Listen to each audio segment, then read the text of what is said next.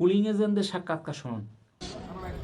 আপনার নাম কি? আমার নাম মোহাম্মদ মাহবুব আলম। আপনি এজেন্ট কোথাকার ছিলেন? গয়েশপুরের। তারপরে আপনি এখন তো বাজতেছে সকাল কয়টা? এখন সকাল 9টা-10টা বাজে। আপনি এখানে কেন? গয়েশপুর এজেন্ট হয়ে এখানে আসছেন কেন?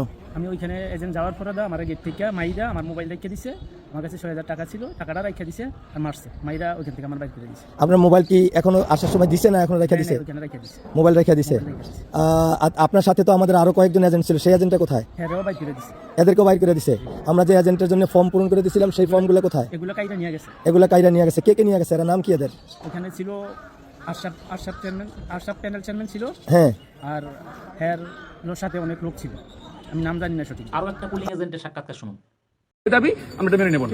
আমি আপনি তো আমরা একটা কেন্দ্রে আপনাকে এইভাবে আলোচনাটা জানলাম, তথ্যটা ভিতরে বললেন। হ্যাঁ, সে এরপর ইস্কাটন গিয়েছে, বাকিগুলো আব্বাস সাহেবের স্ত্রী ইস্কাটনে গিয়েছে, আরো বিভিন্ন জায়গায় যাচ্ছে, ওকে ফোন দিচ্ছে যে তোমরা ওখানে ফোর্স করো, বেরোতে পারবে না, যদি ওনারা দিয়ে বেরোবে নাহলে ওখানে ওদেরকে জিম্মি করে রাখো। এই ধরনের কথা আমার সামনে বলেছে। এবং কি আমার লোক, আমার মানব অধিকার কর্মী যখন ভিডিও করছে, তারা তাকে মোবাইল টেনে নিয়ে তাকে ফোর্স করতেছে, বারবার তাকে মারতে গিয়েছে।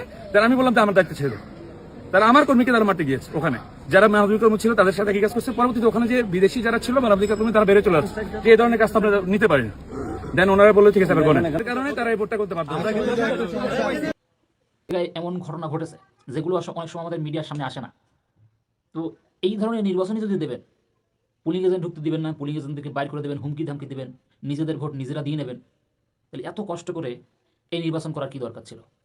আমাদের বিগত প্রধানমন্ত্রী হাসুয়াবাই তো ভালো ছিল, পুলিং এজেন্ট যাওয়া লাগতো না, সেখানে ভোট দেওয়া যাওয়া লাগতো না, রাতারাতি ভোট হয়ে যেত। এত নাটক করার কি দরকার? ছাত্র জনতা এত কষ্ট করলো, এত কষ্ট করে আমাদের হাসুয়াবাকে ইন্ডিয়ায় পাঠিয়ে দিল, তাহলে কি দরকার ছিল এগুলো করার? যদি মানুষের মতামত মানুষ প্রকাশ করতে না পারে, তাহলে এই ভোট, এই নির্বাচন কি দরকার ছিল? ডাইরেক্ট বলে দিতে পারতেন যে আমরা ভোট টোট মানি না, ভোট টোট করবো না, আমরা এতগুলো আসন আমাদের দিতে হবে। বাংলাদেশের মানুষ যদি মনে করতো না আপনাদের দেওয়া উচিত, দিয়ে দিত। এত টাকা খরচ করার তো কোনো প্রয়োজন ছিল না।